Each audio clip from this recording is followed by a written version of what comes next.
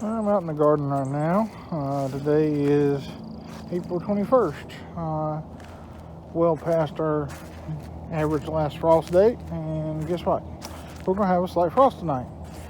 So I've already showed y'all where we've put just because it has been getting cool down in the 40s at night, we put the Coke bottles on top of the cucumbers and watermelon plants and whatnot. But I also just went through, and of course with having a bunch of chickens and baby chicks, we got a lot of pine shavings. So took pine shavings, put it around the base of all our plants, which I needed to mulch these anyways, so kind of helps out. But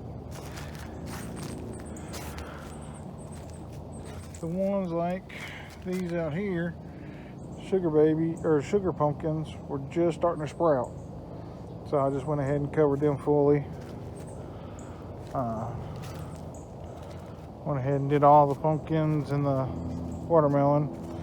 Went ahead and did the corn. Just went ahead and, because like I said, needed to mulch it anyway, so can't hurt anything.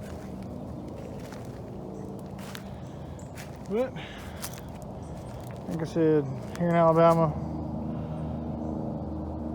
April 21st is well past our average last frost date, and getting a frost tonight will just practically unheard of. Like the last time we had a frost this late was back in like 93 or something like that. So got the pepper plants covered. Some of the smaller tomatoes that we already got out, went ahead and kind of mounded up some around them. And not really much I can do about the corn over here. Hopefully it just won't kill it all off. But it shouldn't, because it's only a light frost, so it's only going to be for one night.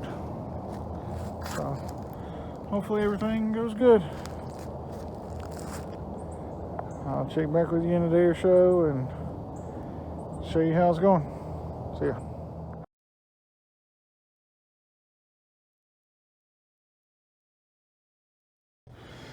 Before we make it up to the garden, just figured I'd show you a little update on the greenhouse.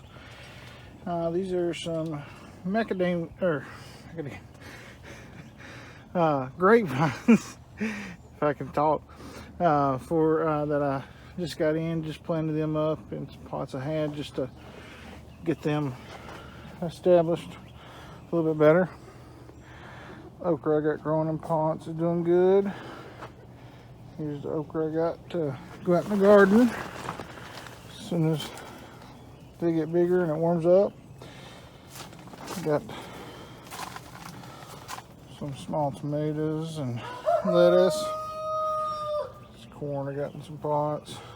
Elderberry, that one's looking great. This one that had the small root ball, not so much, but we'll see what it does. Some more tomatoes and lettuce. Got some pole beans planted right there. We'll put these in with the corn. So that's just a little update of greenhouse.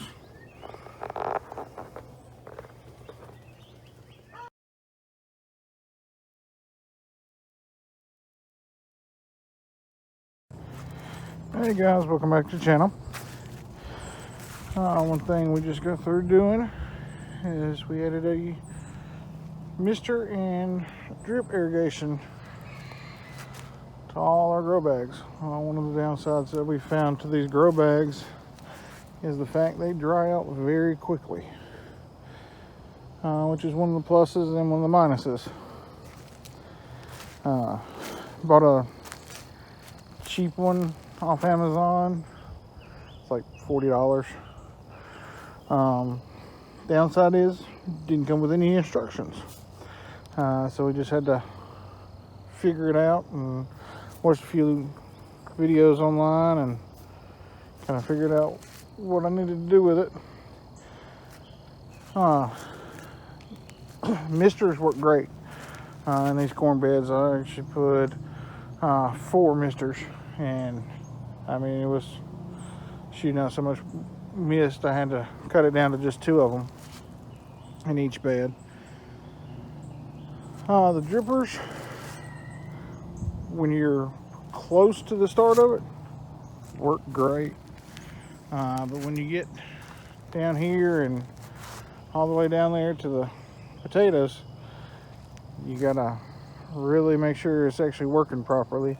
So we had to turn the misters down real far, the 2 that we had working, so they just missed it a little, which, I mean, that's the way it needed to be, because if it kept misting that much, we would drown the corn by the time the rest of the plots actually got watered. And there's adjustments on each one of these to where you can adjust how much water is actually coming in and out. Just by taking and turning this, I don't have it on right now, but you make it where it comes out more or less. So we got it all set to where it's literally just dripping all the way around evenly through all of them. So working pretty good. It does leak heavily right here at the Y where everything connects. Did find out there's no real way to tighten it to make it not leak. So just know that if you do order one of these kits, and you are going to have to leave the water on for a while. So another thing I also picked up, soil moist. This is granules, and basically what you do is for a 5-gallon pot, 2 teaspoons or tablespoons rather. So each one of these is 10 gallons. So just gonna put 4 tablespoons and kind of dig around and mix that in with the soil to help retain some moisture in there. So it came through the cold fine. Doesn't look like we lost anything. One of my pepper plants over there is drooping a little, but yeah, I think it should pop back. All the watermelon and pumpkins, tomatoes, all that came through just fine. Just add a little bit of compost around each one of them. Corn didn't phase at all. And you can see the corn that I planted, all those little green specks, is the ones that I seeded. And these are all the transplants we did on this side. All that's looking good. Cabbage is doing good. So is the broccoli. I'll go pull this thing right here. He's a little behind, so I'll give him a little bit of compost. Cucumbers are looking good.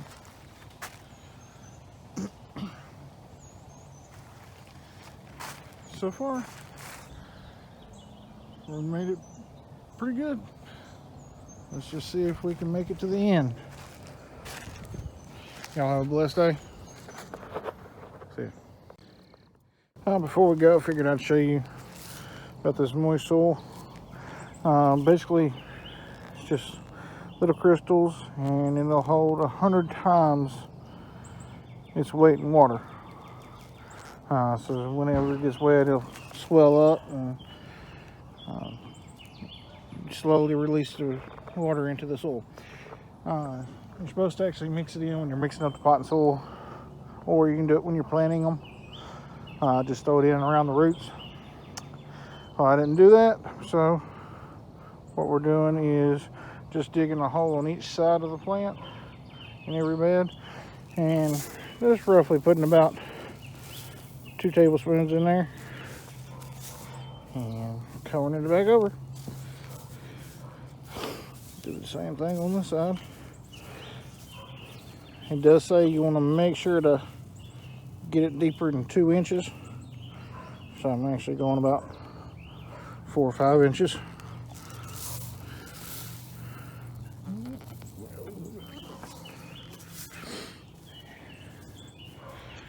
that in there and make sure it's at least 2 inches away from the wall. But that's it. Y'all have a good one.